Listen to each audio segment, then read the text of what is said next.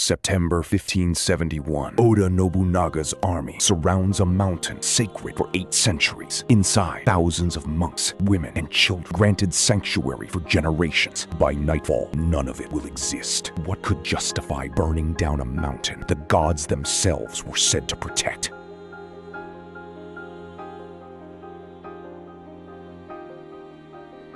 He burned down a mountain sacred for 8 centuries. Inside were thousands of monks, women, and children. Why would Japan's most ambitious warlord commit one of history's worst massacres? By 1570, Oda Nobunaga had become one of the most powerful warlords in Japan, and one of the most hated.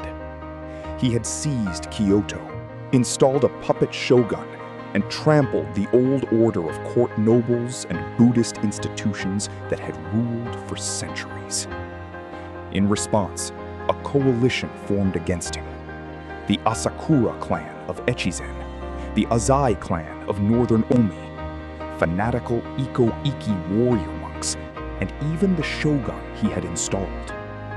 Nobunaga was fighting on every front at once, and one mountain, overlooking the very capital he controlled, was about to become the center of it all. That mountain was Hiei, and on its slopes stood Enryakuji, one of the most powerful religious institutions in Japan. For 800 years, its monks had trained emperor's advisors, blessed the capital, and commanded their own private army of warrior monks known as Sohei. Enryakuji answered to no daimyo. It taxed its own lands, fielded thousands of armed men, and considered itself above the wars of mere warlords. To attack it was almost unthinkable. A strike not just against an army, but against the spiritual foundation of the entire country. In the summer of 1570, Nobunaga and his ally Tokugawa Ieyasu met the combined armies of the Asakura and Azai clans at the Onagawa River. The fighting was brutal, soldiers wading into the water, hacking at each other in the current. By the end of the day, Nobunaga's forces had won, but the victory was incomplete. The Asakura and Azai armies survived, retreating south toward the safety of the mountains overlooking Kyoto. They needed a place to regroup, resupply, and disappear from Nobunaga's reach. They found exactly that on Mount Hiei. The monks of Enryakuji welcomed the defeated armies with open arms. To Nobunaga, this was no act of religious mercy. It was a declaration of war. From their fortified mountain, the Asakura and Azai forces could strike down into the valleys whenever they chose, then retreat back into sanctuary, where Nobunaga's armies could not follow without committing an unthinkable act, violating the most sacred ground in Japan. Nobunaga sent word to the monks: stay neutral, he warned, or hand over his enemies, or face the consequences. Enryakuji refused to answer. By the winter of 1570, Nobunaga's army surrounded the base of Mount Hiei, cutting off supplies to the temple complex above. For weeks, the standoff continued. Nobunaga's forces below, the monks and their guests entrenched above, neither side willing to strike first. Winter on the mountain was brutal, and Nobunaga's own position was precarious, with enemies still active elsewhere in the country. He needed this crisis resolved, but not yet at the cost of attacking Enryakuji directly. for now. A different kind of pressure would have to do. In December 1570, a truce was brokered through the shogun and the imperial court.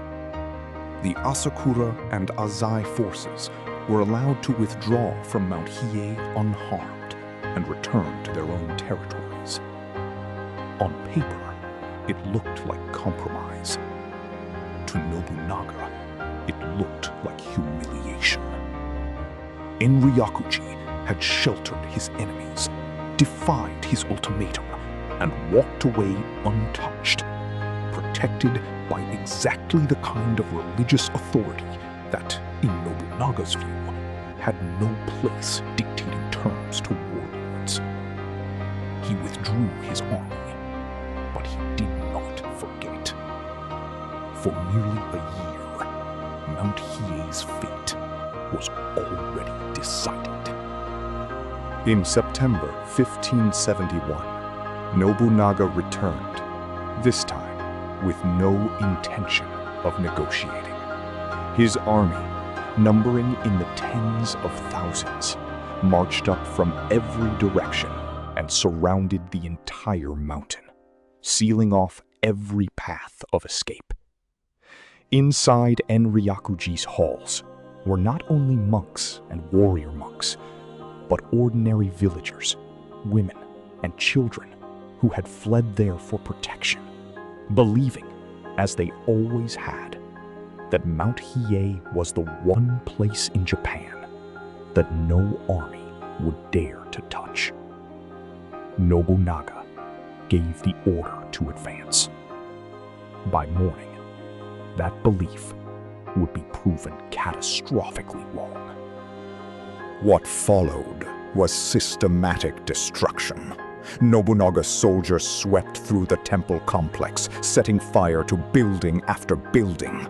The Konpon Chudo, the lecture halls, the dormitories, all of it. Those who tried to flee down the mountain paths were cut down.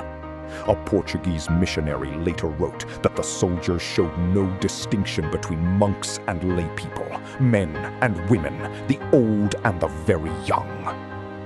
By the time the fires burned out, an institution that had stood for 8 centuries, through wars, famines, and the rise and fall of emperors, had been reduced to ash in a single day. Estimates of the dead range into the thousands. Monks, scholars, servants, and refugees alike. Enryakuji's main halls, libraries, and shrines, accumulated over 800 years, were gone. For Nobunaga's contemporaries, the scale of it was almost incomprehensible. This was not simply the defeat of a rival army. It was the deliberate annihilation of one of the most revered religious sites in the country, a place many believed was protected by the gods themselves. And Nobunaga had done it without hesitation, in a single coordinated assault. So why did he do it? To Nobunaga, Enryakuji was never just a monastery. It was a rival power center with its own army, its own wealth, and its own agenda. One that had just proven it would arm his enemies. Destroying it eliminated that threat permanently. But it served another purpose too. It sent an unmistakable message to every other temple, clan, and warlord watching. Religious sanctuary would no longer protect anyone from Nobunaga. Neutrality was no longer an option. From this point on, every power in Japan had to choose a side or risk the same fate. The reaction was immediate horror. Even allies who shared Nobunaga's ambitions were shaken by what he had ordered. In letters to rival Lord Takeda Shingen, Nobunaga would later sign himself with a title that captured how the world now saw him: Dairokuten Mao, the demon king of the sixth heaven, a being in Buddhist cosmology who actively obstructs enlightenment itself. Whether Nobunaga embraced the title with grim pride or simply accepted it as inevitable, the message was clear. After Mount Hiei, no one doubted what he was capable of or willing to do. For more than a decade, Mount Hiei remained in ruins, its halls reduced to ash, its monks scattered or dead, its centuries of religious authority shattered overnight. Some surviving monks fled to other temples, carrying with them what little they could save. The mountain that had once stood as untouchable now stood empty, a smoking reminder of what defiance of Nobunaga could cost. And it was far from the only target. Mount Hiei was simply the first and most shocking demonstration of a campaign that was only just beginning. In the years that followed, Nobunaga turned the same ruthless logic against other religious strongholds. At Nagashima in 1574, he besieged tens of thousands of Ikko-Ikki warrior monks and their families, eventually setting fire to their fortified compounds and killing nearly everyone inside. The long siege of the Ishiyama Honganji Temple in Osaka would drag on for years before its defenders finally surrendered. Mount Hiei had set the template. Religious institutions that armed themselves against Nobunaga would be destroyed completely, regardless of who sheltered within their walls. Brutal as it was, this campaign served Nobunaga's larger vision, a Japan where political and military power answered to a single authority, not to competing temples, court factions, and regional lords each claiming their own independence. The destruction of Mount Hiei removed one of the last major institutions that could claim to stand above or against a warlord's authority. It was a horrifying price, paid in thousands of lives, for a question Nobunaga seemed determined to answer once and for all. Who, in the end, truly ruled Japan? Nobunaga himself would not live to see Japan fully unified. He died at Honnoji in 1582, 11 years after the burning of Mount Hiei. But the path he had cleared was followed by his successors. Under Toyotomi Hideyoshi and later the Tokugawa shogunate, Enryakuji was gradually permitted to rebuild, but only as a religious institution, stripped permanently of the private armies and political independence it once held. The temple Nobunaga destroyed would rise again. The temple that had once stood above warlords never would. Today, historians still argue over how to judge what happened on Mount Hiei. Some see it as one of the clearest examples of Nobunaga's calculated, almost modern ruthlessness, a leader willing to do whatever was necessary to break the old order and end Japan's century of civil war. Others see it simply as an atrocity, the mass killing of non-combatants that no strategic justification can fully explain. Both readings may be true at once. Nobunaga's actions at Mount Hiei reshaped Japan's balance of power, and they did so at a human cost that contemporaries and historians since have never stopped reckoning with. Enryakuji stands again today, rebuilt over centuries, its temples spread across the slopes of Mount Hiei as part of a UNESCO World Heritage Site, visited by pilgrims and tourists alike. Walk its grounds now, and there is little visible trace of the single day in September 1571 when it was reduced to ash. But the silence of that mountain still carries a warning. In Nobunaga's Japan, no place, however sacred, however ancient, was beyond the reach of a warlord determined to remake the country in his own image. Nobunaga's ruthlessness built the foundation for a unified Japan.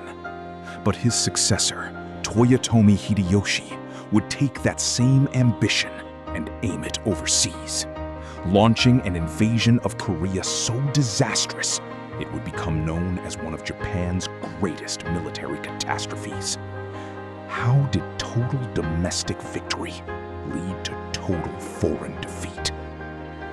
The burning of Mount Hiei remains one of the most debated moments of the Sengoku period. A single day that destroyed 8 centuries of history and reshaped the balance of power in Japan forever. Whether you see Oda Nobunaga as a visionary unifier or a ruthless destroyer, this event sits at the heart of who he really was. If you found this story of ambition, defiance, and devastation compelling, subscribe for new Samurai Chronicles episodes every day. And let us know in the comments, was Nobunaga's ruthlessness the price of ending Japan's civil wars?